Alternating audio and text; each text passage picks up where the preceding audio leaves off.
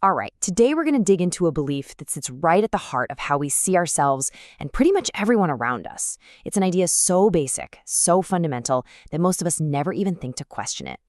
I mean, we all like to think this, don't we? That when it really counts, we're logical, we look at the facts, we weigh our options, and we pick the smartest path. It's a nice thought, makes us feel intelligent, capable, and hey, in control. But what if that really comforting belief is just plain wrong? The truth is, under that neat and tidy story we tell ourselves about being so logical, there's a much messier reality. Our choices are constantly being shaped by our emotions, our old habits, our hidden biases, and fears we might not even know we have. To really get a handle on this, the source material gives us this fantastic metaphor. Think of your own rationality as a thin sheet of ice. So our logic, it's a useful surface, for sure, but it's floating on this huge, powerful ocean of everything else that makes us human, our emotions, our instincts. And what happens when life gets stressful, or when we're faced with uncertainty? Well, that thin ice cracks, and we fall right back into that turbulent water of instinct and emotion.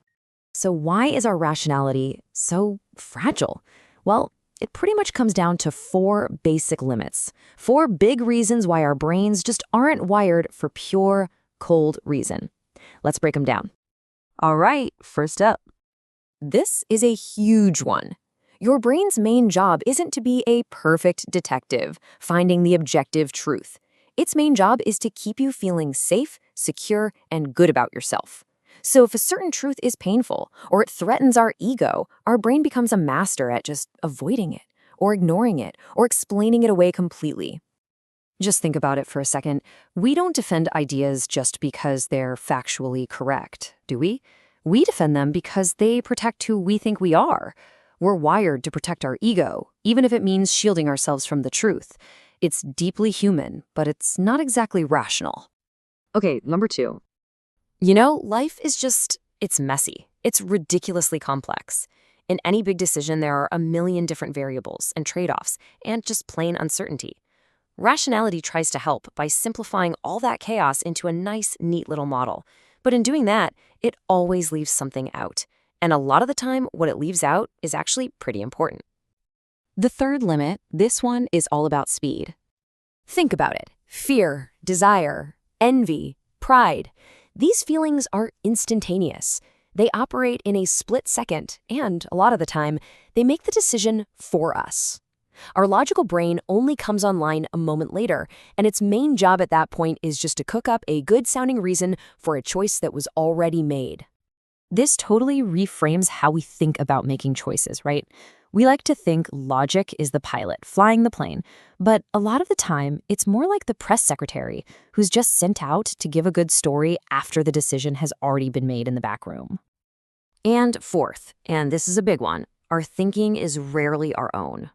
We don't really build most of our beliefs from the ground up using pure reason. We absorb them. We adopt them from our family, our culture, our friends, from the general crowd.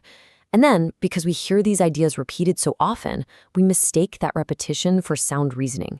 It feels like our own thinking, but really, it's often just an echo. Okay, so if pure rationality isn't the answer, if the map it gives us is full of blind spots and wrong turns, then how are we supposed to navigate life? Well, this is where we shift from that flawed tool to a much more powerful skill, self-awareness. So look at it this way. Rationality is the map.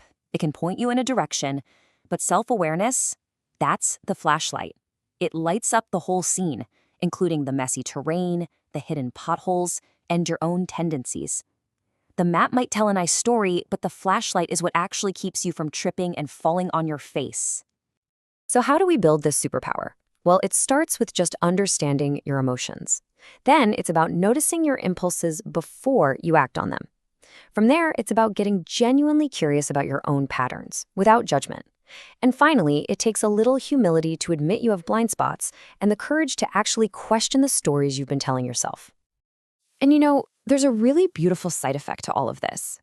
Once you really accept that we're all driven by these messy, irrational forces, you stop beating yourself up for not being perfect. And you stop being so confused or judgmental when you see other people acting irrationally. You get it. It's just part of being human.